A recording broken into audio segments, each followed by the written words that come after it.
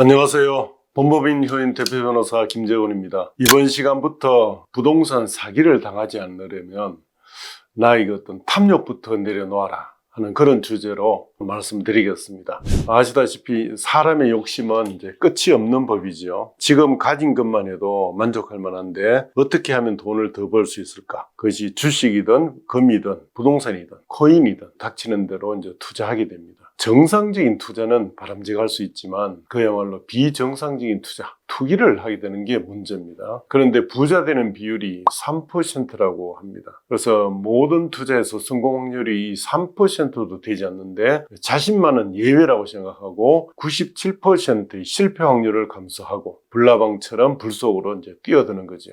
역사적으로 거슬러 올라가 보더라도 끝모를 인간 탐욕의 역사가 적지 않습니다. 자, 먼저 튤립 공항에 대해서 알아보겠습니다. 요즘 아파트 광풍의 원조격이라 할 수 있는데 16세기 후반에 이 튤립이 튀르키예에서 유럽으로 이제 유입이 됐습니다. 그 신성 로마 제국에서 대사로 오스만 투르크, 지금 튀르키예에 파견된 사람이 튤립 뿌리를 가져와서 네덜란드 식물학자에게 선물한 것이 시작이었습니다. 초기에는 꽃 어떤 예호가나 부호들에 의해서 이제 퍼지기 시작했는데 튤립의 도도한 아름다운 자태에 유럽인들이 푹 빠진 거죠. 요즘도 난초 애호가들은 난초 한 뿌리에 수천만 원을 주고서라도 사들이는 것과 마찬가지로 당시 유럽의 돈 많은 식물 애호가들과 부호들이 비싼 가격으로 튤립을 사들였습니다.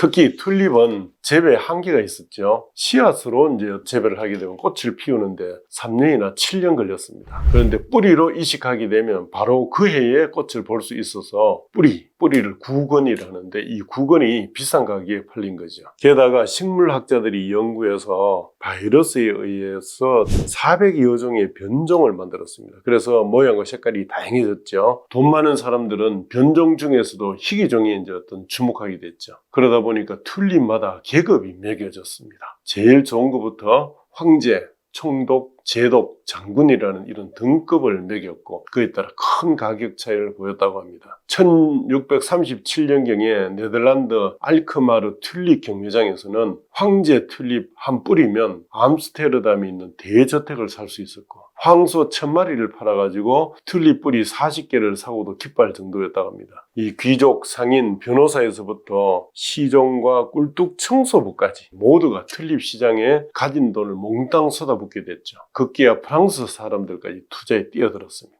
튤립 뿌리 하나의 가격이 이제 너무 비싸고 양도 부족하게 되자 튤립 뿌리를 살 수 있는 권리, 그 권리를 파는 옵션 거래까지 생겨났습니다. 최근에 난초 애호가로부터 들은 얘기인데 최고 품질의 난초는 옵션 거래까지 한다고 해서 놀랐는데 튤립에 설린 그 당시 열풍이 지금도 어떻게 보면 모양을 좀 바꾸어서 진행되고 있는 셈이죠. 그러나 달도 차면 이제 기우는 법이죠. 언젠가부터 더 이상 고가의 튤립을 살 사람이 없다는 소문이 퍼지자 불안을 느낀 사람들이 공포에 휩싸여서 너도 나도 다투어 파는 투매 현상이 나타났습니다. 사실 이런 튤립도 자꾸 살 사람이 있어야 가격이 치솟는데 더 이상 살 사람이 없게 되니까 이런 투매 현상이 나타난 거죠. 가격은 이제 순식간에 이제 폭락을 하고 거품이 꺼지면서 유럽은 세계 최초의 경제공을 맞게 되었습니다. 튤립 투기 3년 동안 튤립 그 뿌리 구근의 가격이 5,900%나 상승했습니다. 근데 이후 10개월간 튤립의 가격은 그 이전 가격의 1% 이하로 떨어졌다고 합니다. 자, 순식간에 수많은 사람이 파산하게 됐고 결국 네덜란드 정부가 나섰는데 매매 가격의 3.5%만 지불하면 채무를 면제해주는 그런 조치를 취하게 됐죠. 이 사건으로 인해서 당시 세계 최고의 경제 대국이었던 네덜란드가 그 유례없는 경제 어떤 공황을 겪게 됐고 결국 영국에게 세계 경제의 주도권을 뺏기고 말았다 합니다. 미국에서도 1920년대 대공황이 일어났죠. 그때 주식이 완전히 폭락했는데 그 대공황기에서 살아남은 월가의 어느 큰손 얘기입니다. 그 사람이 길에서 구두를 닦는 중에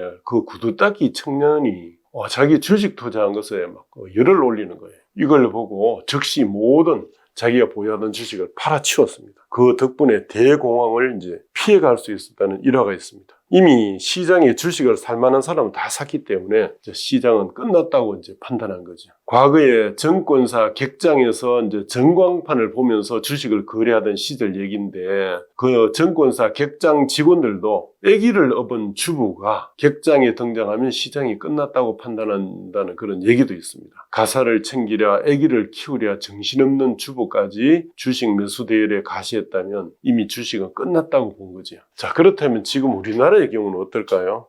언제부터인가 우리에게 그 아파트는 단순한 주거수단, 생필품을 넘어서 사치품이자 부의 척도 투기의 수단으로 변질되었다고 볼 수 있습니다. 그 사람들은 무언가에 이제 홀린 마냥 이제 평생 아파트 면적 늘리며 사느라 허리가 휘어질 지경이 되어도 무엇 때문에 그래야 하는지 이유도 몰랐습니다. 그저 남들이 하니까 따라 했을 뿐이죠. 또 언론이나 소위 전문가들이 부추기는 부동산 불패의 신화도 남들을 따라하는 이런 밴드웨건 효과, 어떤 편성 효과라는데 이걸 가속시켰죠. 이렇듯 아파트 사업이 돈이 되니까 수만 개의 시행사가 이리 때처럼 전국을 헤집고 다니면서 아파트 지을 만한 땅은 다 들썩여 놓다 보니까 땅값이 천정부지로 치솟았죠. 그래서 시행사, 시공사들이 앞다투어 분양가 끌어올리기 어떤 경쟁에 나섰고 또 PF나 대출 수익에 눈이 먼 금융기관이 맞장구를 쳤죠. 그러다 보니까 이제 중산층이나 서민은 빚을 내서라도 그 파국으로 가는 행렬에 동참하게 됐고 또 정부는 부동산 투기를 억제하느라 수십 가지 또 억제 대책을 사용했지만 아무런 효과가 없고 도리어 오르는 집값에 이제 부채질한 셈이 됐죠.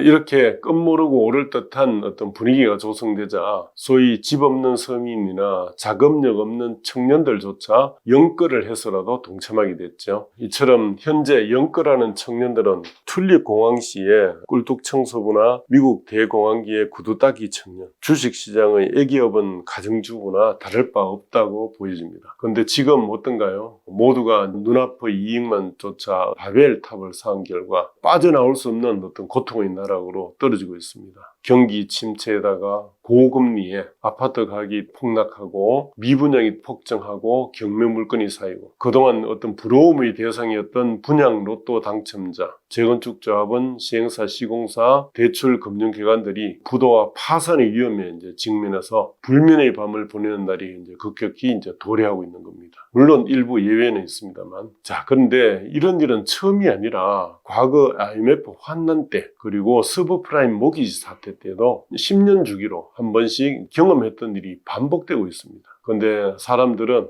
이런 경험이 있는데도 불구하고 이를 간과하고 똑같은 전철을 다시 밟고 있는 것이 문제입니다. 이번만은 다를 것이다 라고 생각한 거죠. 자, 결론적으로 모두가 이 370년 전에 튤립 광풍에 뼈저린 교훈을 이제 되새겨야 할 때가 아닌가 하는 생각이 듭니다. 감사합니다.